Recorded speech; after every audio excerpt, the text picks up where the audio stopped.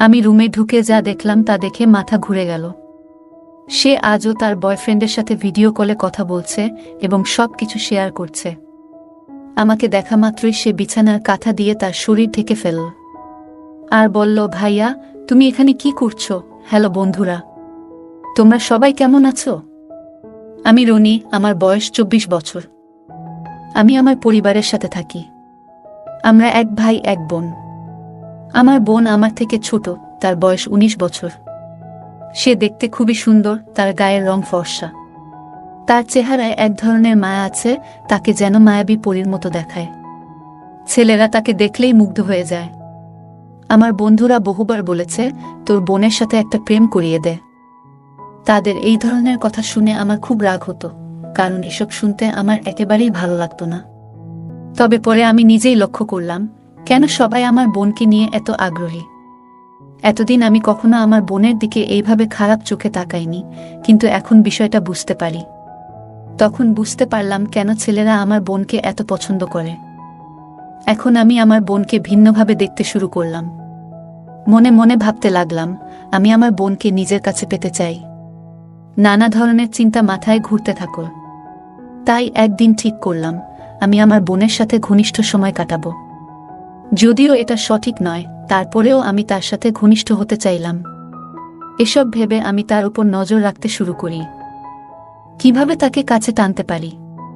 তাই লুকিয়ে লুকিয়ে তার উপর নজর রাখতাম এবং তার খুব কাছাকাছি থাকতে শুরু করি।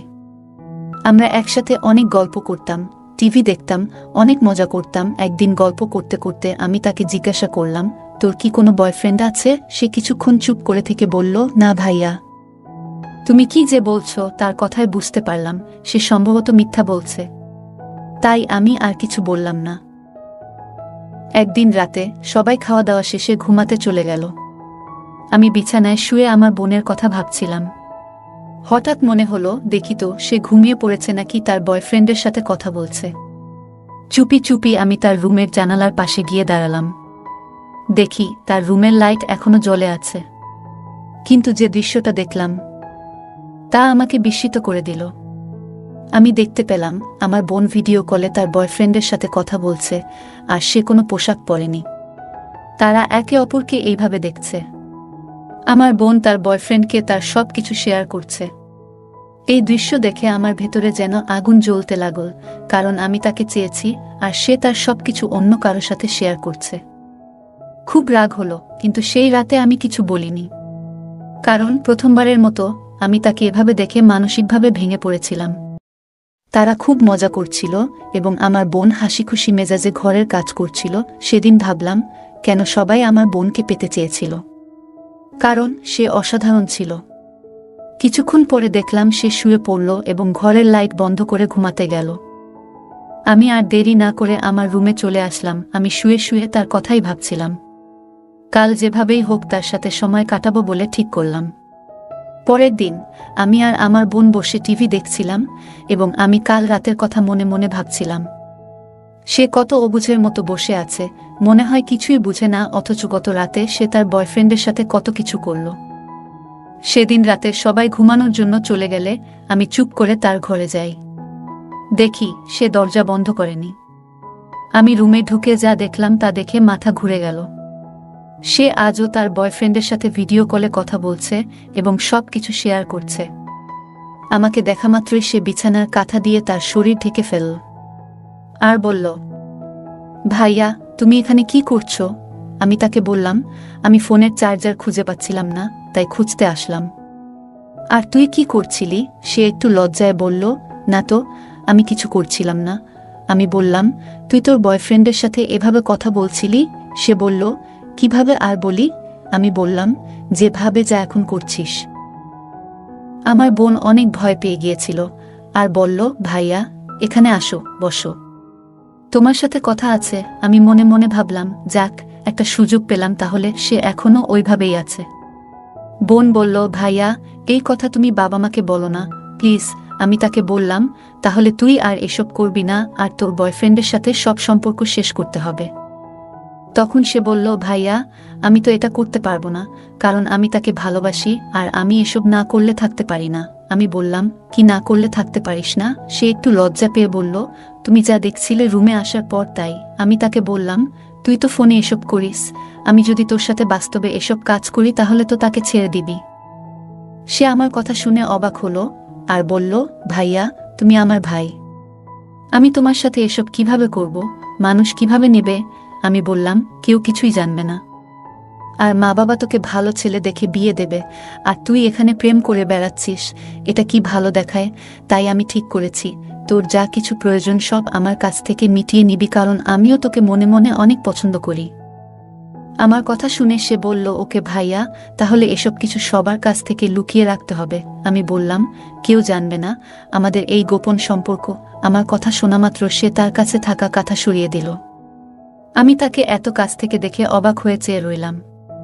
বোন বলল, ভাইয়া, আমি এখন থেকে তোমার ভালোবাসা নিব, আমি আর কারো সাথে কিছু করব না, কথা দিলাম। আমি আর দেরি না করে তার প্রতি আমার ভালোবাসা দেখাতে শুরু করলাম। আমি খুব খুশি ছিলাম, কারণ এতদিনের অপেক্ষার ফল আজ আমি পাচ্ছি।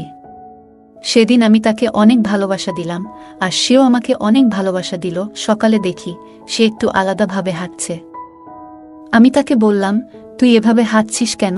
সে বলল, এটার জন্য তুমি দায়ী। আমি বললাম, কেন? সে বলল, এটা আমার প্রথম ছিল ভাইয়া, তাই এখন অনেক ব্যথা করছে। আমি তাকে বললাম, রুমে গিয়ে শুয়ে থাকো, আমি তোমার জন্য ওষুধ নিয়ে আসব। সে বলল, তার দরকার নেই, আজকে তুমি আমাকে আবার ভালোবাসা দিলে ঠিক হয়ে যাবে। আমি বললাম, সে আজকেও আমাকে তার কাছে ডাকছে। সেদিন রাতেও আমি তার রুমে যাই, দেখি সে আমার জন্য অপেক্ষা করছে। সেদিনও আমরা অনেক গল্প করি, মজা করি এবং ভালোবাসা দেই। এটা তাকে খুব খুশি করেছিল। আমি দেখলাম আমার বোন এখন অনেক খুশি থাকে এবং আমার সাথে অনেক ভালো সময় কাটায়। একদিন বলল, ভাইয়া, আমি তোমাকে অনেক ভালোবেসে ফেলেছি, আমি তোমাকে ছাড়া অন্য কিছুই ভাবতে পারি না। আমি বললাম, আমিও তোকে ছাড়া আর কিছুই ভাবতে পারি না। বোন বলল, এভাবে কতদিন চলতে থাকবে? আমি বললাম, আজীবন আমি তোর সাথে এভাবেই থাকতে চাই। বোন বলল, আমার বিয়ে হলে তো আমি চলে যাব, তখন কি হবে?